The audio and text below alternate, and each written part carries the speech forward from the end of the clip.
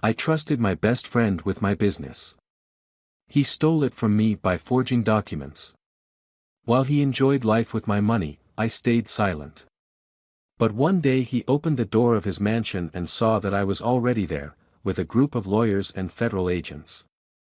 The rain pounded against the windows of my downtown Boston office as I stared at the framed photo on my desk. It was from 6 years ago, me and Justin standing proudly in front of our first gym location. We were both smiling, arms around each other's shoulders, a bottle of champagne half empty between us. Brothers in everything but blood. I traced the edge of the frame, remembering that day. We'd drained our savings accounts, leveraged everything we owned, and after 18 months of planning, Apex Fitness was finally real. Justin had the management experience from running his uncle's sporting goods store, and I had the capital from selling my tech startup. It was the perfect partnership, 50-50, just like we'd always dreamed about during those late nights in our college dorm. Mr. Mitchell. Your 4 o'clock cancelled. My assistant Rachel's voice pulled me back to the present. Thanks, Rachel. Any word from the accountant? She hesitated, something flashing across her face before she settled on a neutral expression. Mr. Brooks called. He said the quarterly reports will be delayed another week. Something about auditing discrepancies. Justin Brooks. Even hearing his name made my stomach tighten. 3 months ago, I would have laughed if someone had told me my best friend was stealing from me. Now I wasn't sure of anything. Did he say anything else? I kept my voice calm, professional. Just that he has meetings with potential investors all week and won't be available for your usual Thursday dinner. Our Thursday dinners. A tradition since we opened the first gym. No matter how busy we got, we always made time for a steak, a whiskey, and honest conversation about the business. Justin had missed the last 4. Thanks, Rachel. You can head home early if you want. Weather's only getting worse. After she left, I opened my laptop and tried again to access our company's financial portal. The same error message appeared, access denied. Please contact your system administrator. 3 weeks ago, I could see everything, profits, expenses, payroll, all of it. Then suddenly, I couldn't. Justin had explained it away as an IT security update, promising to have it fixed. But every time I followed up, there was another excuse. My phone buzzed with a text from my sister, "Did you see the post?" Attached was a screenshot from Instagram. Justin standing in front of a sleek silver Porsche 911, caption reading, "Hard work pays off. Hashtag blessed, hashtag new ride, hashtag entrepreneur life." Something cold settled in my chest. Just last month, Justin had insisted we needed to hold off on expanding to a 5th location because cash flow was tight. Yet here he was, buying a car worth north of $150,000. I was about to call him when my email pinged. A message from our company's law firm, updated articles of incorporation, for your records. I opened the attachment, scanning through the legal jargon until I reached the ownership structure section. My heart stopped. Justin Brooks, 100% equity stake. Nathan Mitchell, 0% equity stake.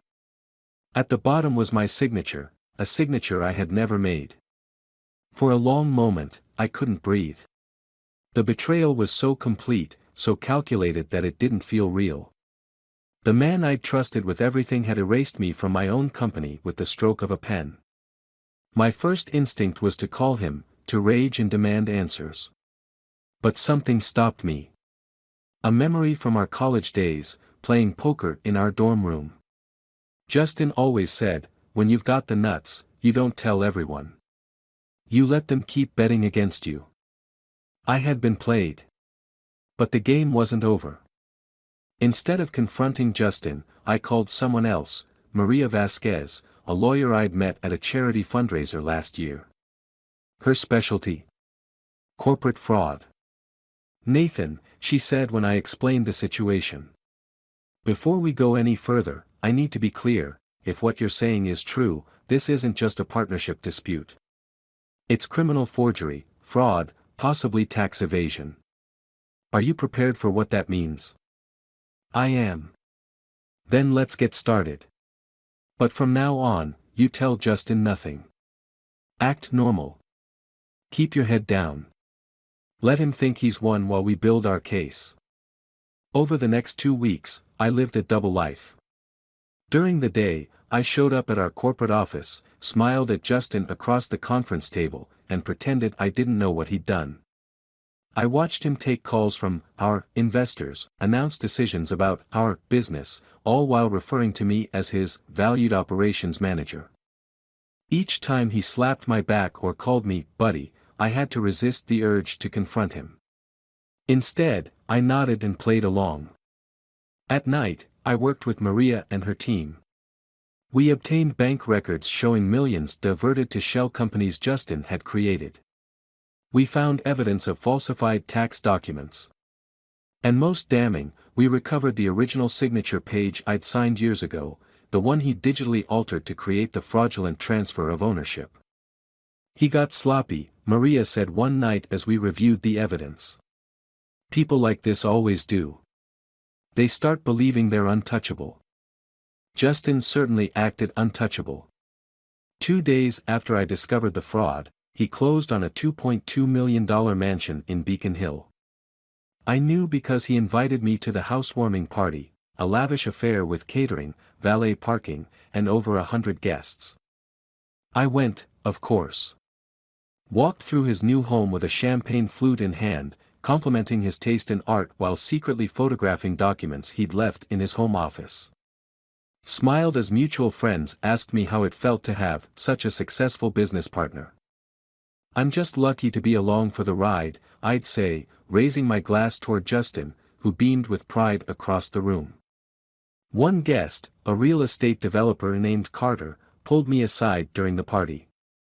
Nathan, did you get pushed out? Everyone's talking about how Justin bought you out of the company. Is that what he's saying? I kept my voice neutral. Carter looked uncomfortable. He told a group of us that you wanted to cash out early.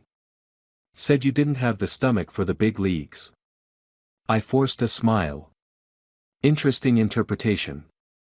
That night, after the party, I sat in my car outside Justin's new mansion and finally allowed myself to feel the full weight of his betrayal. This wasn't just business. This was personal.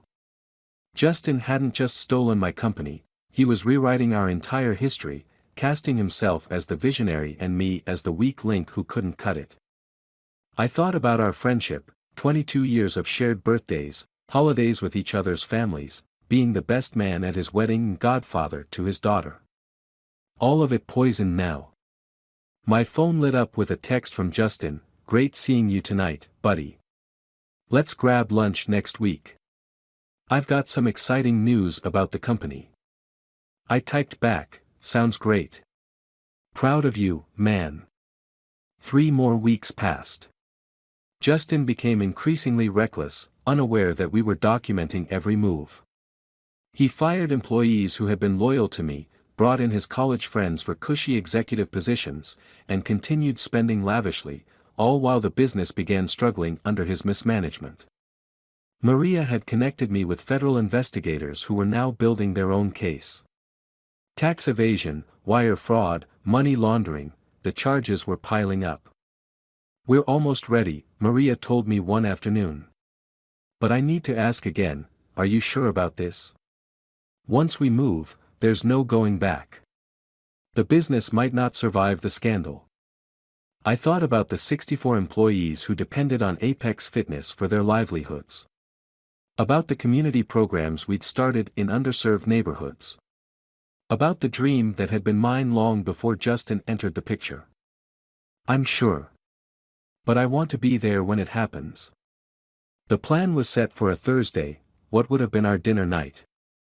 I knew Justin would be home because he'd been posting about hosting a poker game with potential investors. I arrived at his mansion 30 minutes before the federal agents and Maria's team. When he opened the door, his expression shifted from surprise to irritation to forced joviality in the span of seconds. Nathan.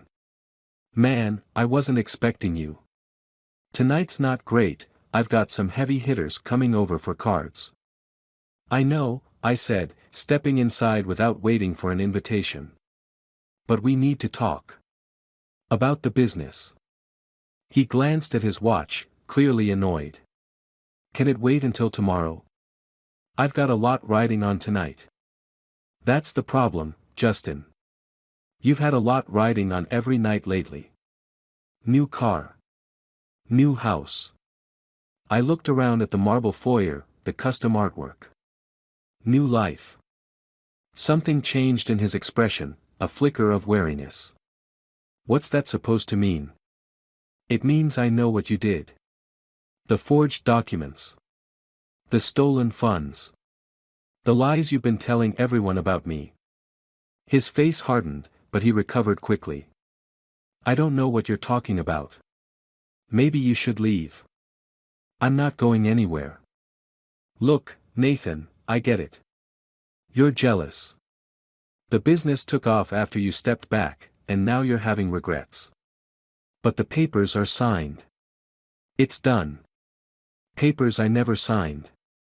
He stepped closer, voice lowering to a dangerous whisper. Prove it. My name's on everything now. My signature's on the bank accounts. The investors know me, not you. Even if you could prove anything, which you can't, who do you think they'd rather do business with? The guy who's doubled company revenue in 3 months, or the bitter ex-partner who couldn't keep up? Before I could respond, the doorbell rang. Justin froze, then relaxed as he checked his security camera feed. My guests are early. We're done here, Nathan. He opened the door with a practiced smile that died instantly.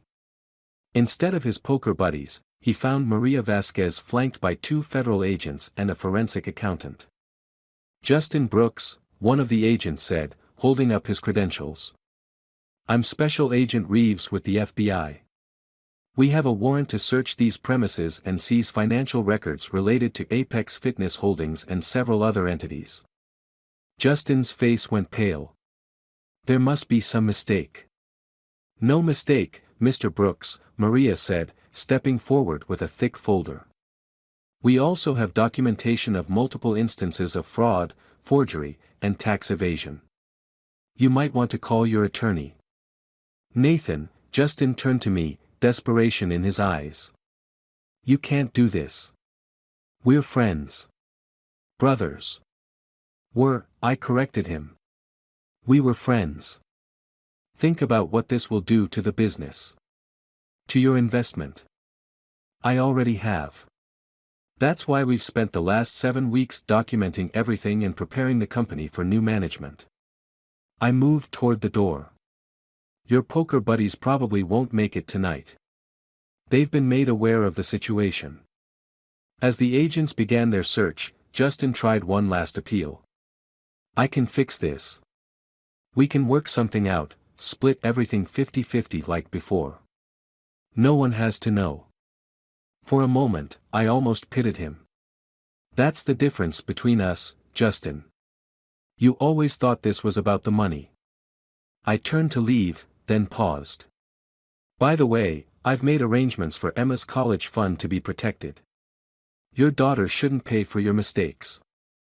I walked out as he called after me, his voice cracking with the first genuine emotion I'd heard from him in months. 2 weeks later, I sat in the same office where this had all started, looking at the same photograph. But now it was just a reminder of something lost, not something cherished. Apex Fitness survived.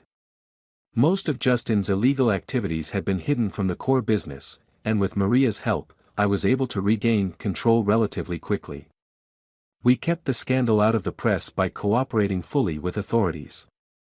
Justin faced multiple federal charges. Last I heard, he was negotiating a plea deal that would still mean significant prison time. His mansion was seized, the Porsche sold at auction.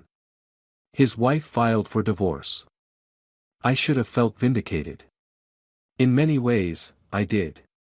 But as I traced the edge of that old photograph, I couldn't help but wonder about the cost of justice, not the financial cost, but the human one. The business was mine again. The betrayal had been answered. But the friendship that had once been as vital to me as breathing was gone forever, replaced by newspaper clippings of a disgraced businessman and the hollow victory of being right. Rachel knocked on my door, interrupting my thoughts. "Your 4 o'clock is here, Mr. Mitchell. The potential new partner." I put the photograph in my desk drawer. "Send them in. Some lessons you only need to learn once."